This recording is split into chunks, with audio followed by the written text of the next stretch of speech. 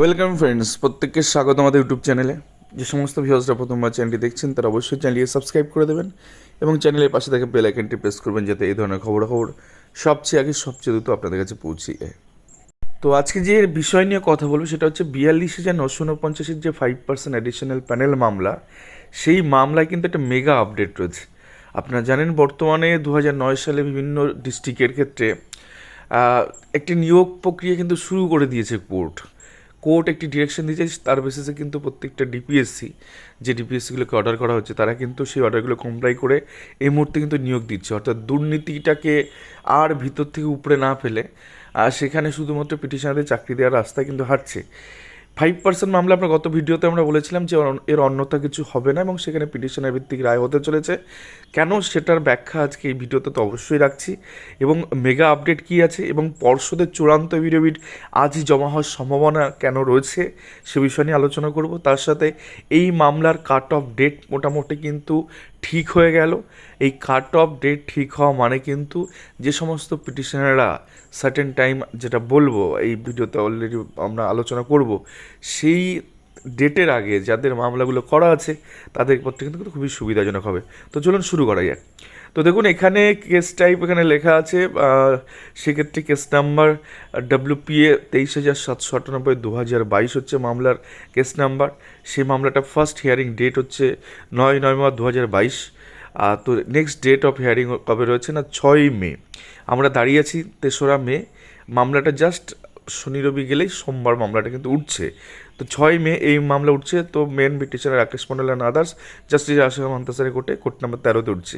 আমরা last order যদি 22 থেকে অর্ডার দেখে নিই, তো সেক্ষেত্রে একটা পয়েন্ট আমরা দেখবো 4 নম্বর পয়েন্টে কী লেখা আছে, let a comprehensive affidavit in opposite be filed by the West Bengal Board of Primary Education as well as the other respondent. অর্থাৎ এই মামলায় যারা মামলা করেছে তারা পিটিশনার্স বা অ্যাপিলেন্ট পার্টি, দেন বাকি যারা আছে অর্থাৎ যেমন প্রাথমিক শিক্ষা পর্ষদের সভাপতি, then secretary, then government of school education department, then West Bengal primary board of education, এই যাদেরকে পার্টি করা হচ্ছে রেসপন্ডেন্ট হিসাবে, তাদেরকে একটা কম্প্রিহেন্সিভ এফিডেভিট দিতে বলা হচ্ছে। যে আর ওই ছন্ন ছাড়া এফিডেভিট নয়, এবার তুমি সেই চূড়ান্ত এফিডেভিট বা হলফনামা এবার দায়ের করো কোর্টের কাছে, যাতে করে একটা কিছু স্টেপ নেওয়া সম্ভব হয়।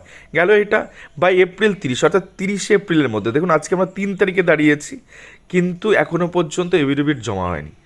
আর এই যাবতীয় এফিডেভিটের ক্ষেত্রে যেমন ওএমআর মামলার ক্ষেত্রে আমরা দেখেছিলাম যে এফিডেভিট কিন্তু লাস্ট আওয়ারেই দেয়। তো এই ক্ষেত্রে যেহেতু মামলাটা সোমবার রয়েছে, তো আজকে শুক্রবারে কিন্তু এই এফিডেভিট দেওয়ার ক্ষেত্রে কিন্তু প্রচণ্ড পরিমাণে তার সম্ভাবনা রয়েছে, তেমনটাই খবর। দেন আর কি লেখা আছে, reply if any be file by May, মানে 3 মে 2024। অর্থাৎ যদি সেক্ষেত্রে পিটিশনারদের পক্ষ থেকে এই এফিডেভিটের এগেনস্টে কিছু মানে বলতে হয়, তাহলে কিন্তু 3রা মের মধ্যে তাকে বলতে হবে। দেখুন টাইম কিন্তু অলরেডি শেষ, অর্থাৎ 3রা মের মধ্যে কোর্টের ডিরেকশন বলার কথা ছিল, 3রা মের মধ্যে এখনও পর্ষদ এফিডেভিট জমা করেনি। তো যাই হোক, এবার আমরা দেখে নেব যে বিষয়টা, সেটা হচ্ছে কাট অফ ডেট নিয়ে একটা মন্তব্য গতদিন জাস্টিস আশা মান্তাসে করেছিলেন। তো সেক্ষেত্রে সেই প্রসঙ্গটা কী ছিল একটু দেখে নিই। তো দেখুন পয়েন্ট নাম্বার 6-এ লেখা আছে, it has already been indicated to the parties that those parties agitating case of action which are similar to the writ petition is WPA 23,798/2022 only will be entertained. তো মোদ্দা কথা এই যে কথাটা বলা হয়েছে, যে এটা কিন্তু সমস্ত পার্টিকে তিনি ইন্ডিকেট করছেন বা নির্দেশনামায় তিনি বলছেন যে সমস্ত কেস WPA 23,798/2022 এই মূল মামলার সিমিলার এবং যেগুলো অলরেডি অ্যাডমিটেড হয়েছে, সেগুলো শুধুমাত্র কোর্ট এন্টারটেন করবে। ইভেন একটা ছোট্ট ঘটনা আপনাদের শেয়ার করি, এই মামলাটাও এন্টারটেনমেন্ট করছিল না, কারণ 2016 সালের রিক্রুটমেন্ট প্রসেস, মানে মূল মামলার কথা বলছি, সেক্ষেত্রে 2022 এসে কেন মামলাটা দায়ের হলো এই নিয়েও কিন্তু হট্টগোল হয়েছিল। সেক্ষেত্রে এই মামলাটা যেহেতু জাস্টিস অভিজিৎ গাঙ্গুলি 15-20 বার 25 বার 30 বার শুনেছেন, যার জন্য এই মামলাটা রাকেশ মোহনের মামলাটা কিন্তু বেঁচে যায়। কিন্তু পরবর্তী ক্ষেত্রে তিনি এটা নির্দেশ করেন যে এই মামলার, মানে 22 তারিখের অর্ডার এটা বলছি, 22 এপ্রিল 2024 তারিখ, তো সেখানে জেসিকা সীমান্ত স্যার বলেন যে এই মামলা সিমিলার যে মামলাগুলো অলরেডি এখানে গিয়ে কোর্টে দায়ের হয়ে গেছে সেই মামলাগুলি শুধুমাত্র এন্টারটেনমেন্ট হবে।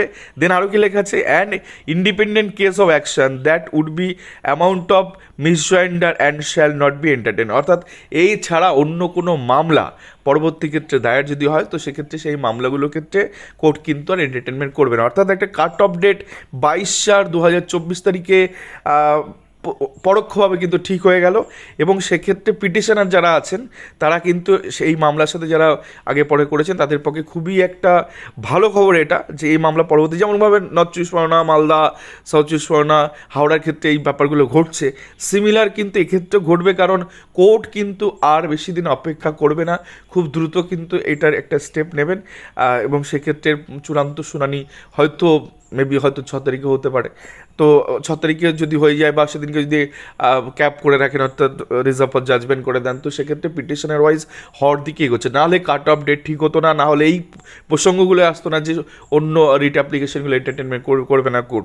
শুধুমাত্র এই মূল মামলার এবং তার সাথে সিমিলার যে মামলাগুলো অলরেডি কোর্টে জমা পড়েছে রিট অ্যাপ্লিকেশন আকারে, সেগুলো কোর্ট ইন্ডিকেট মানে সেগুলো শুধু কোর্ট এন্টারটেনমেন্ট করবে।